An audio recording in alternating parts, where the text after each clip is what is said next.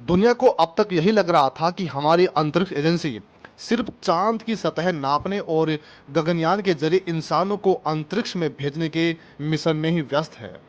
पश्चिमी देशों को लगा था कि हम सिर्फ शांतिपूर्ण रिसर्च कर रहे हैं और अंतरिक्ष में हमारा कोई भी आक्रामक इरादा नहीं है, लेकिन जमीन के नीचे खुफिया लैब्स में हमारे वैज्ञानिकों ने एक ऐसा खौफनाक और साइलेंट प्रोजेक्ट तैयार कर लिया है जिसकी भनक दुनिया के बड़े बड़े जासूसी सैटेलाइट को भी नहीं लग पाई है। जब युद्ध के मैदान में दुश्मन ये सोचेगा कि उसने हमारे संचार और नेविगेशन सिस्टम को तबाह कर दिया है, ठीक उसी वक्त आसमान से एक ऐसा पलटवार होगा जो दुश्मन के पूरे रक्षा तंत्र को सीधा पंगु बना देगा। दोस्तों, सवाल है कि आखिर दुनिया को लग रहा था कि भारत सिर्फ रॉकेट उड़ा रहा है, ठीक उसी वक्त डीआरडीओ ने चुपचाप कौन सी स्पेस वॉर तकनीक तैयार कर डाली है जिससे दुश्मन 72 घंटे भी चैन की सांस नहीं ले पाएगा। क्या अब भारत अंतरिक्ष में भी दुश्मनों के हर इलेक्ट्रॉनिक वॉर को हमेशा के लिए दफन करने वाला है?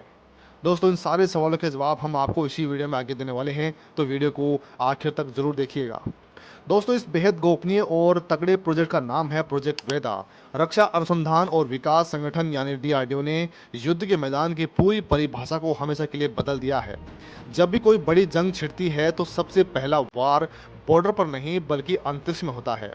दुश्मन देश सबसे पहले एंटी सैटेलाइट हथियारों से हमारे सैन्य सैटेलाइट्स को तबाह करने की कोशिश करेंगे ताकि हमारी सेना अंधी और बहरी हो जाए। लेकिन प्रोजेक्ट वेदा इसी बड़े खतरे का सबसे अचूक इलाज है।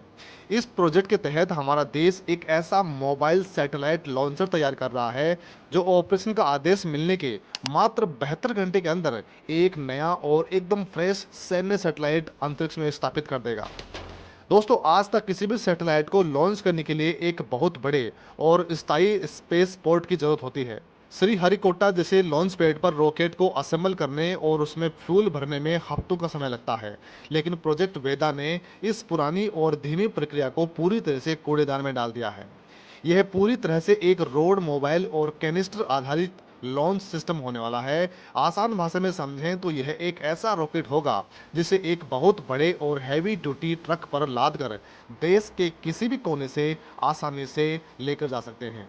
इस रॉकेट को आसमान में दागने के लिए किसी भी बड़े लॉन्च पैड की जरूरत नहीं पड़ेगी। यह पूरा रॉकेट एक मजबूत कैनिस्टर यानी एक सील पैक ट्यूब के अंदर रखा जा सकेगा।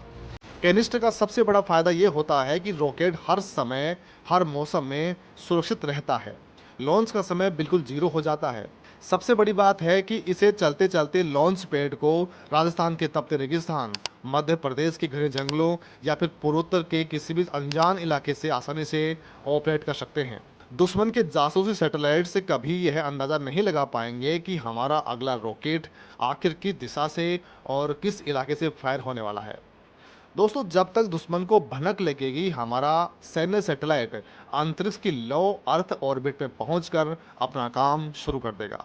दोस्तों, इस शानदार तकनीक के पीछे कोई रातों रात हुआ चमत्कार नहीं है, बल्कि हमारे वैज्ञानिकों की बरसों की कड़ी तपस्या है। डीआरडीओ ने इस रॉकेट में कोई बिल्कुल नया इंजन बनाने के बजाय एक बहुत ही स्मार्ट और अचूक तरीका निकाला है। इस रॉकेट में हमारी सबसे खतरनाक पनडुब्बी से दागे जाने वाली के 4 बैलिस्टिक मिसाइल की तकनीक का सीधा इस्तेमाल किया जा रहा है।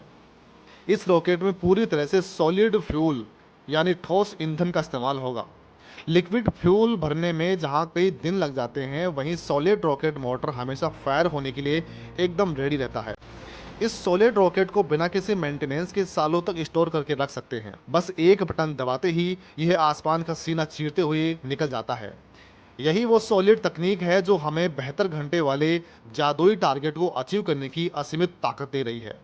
इसरो हमारे देश की शान है, लेकिन उसका काम मुख्य रूप से सिविल और बड़े वैज्ञानिक मिशनों पर फोकस रहता है।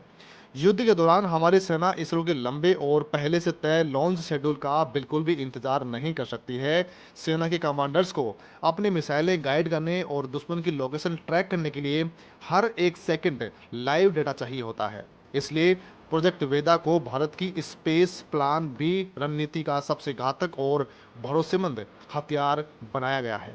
हैदराबाद की रिसर्च सेंटर इमारत में इस प्रोजेक्ट का पहला लॉन्चर बनकर तैयार हो चुका है। उम्मीद की जा रही है कि इस साल के अंत तक इसके धुआंधार ट्रायल भी जमीन पर उतरने शुरू हो जाएंगे। पहले ट्रायल में लॉन्चर की मोबिलिटी, कैनिस्टर से रॉकेट निकलने की रफ्तार और सॉलिड मोटर की पावर को एकदम बारीकी से परखा जाएगा। जब यह सिस्टम अपने सारे टेस्ट पार कर लेगा तो हमारी सेना को अंतरिक्ष से एक ऐसा अजय बैकअप मिल जाएगा जिसे तोड़ना किसी भी देश के बस की बात नहीं होगी।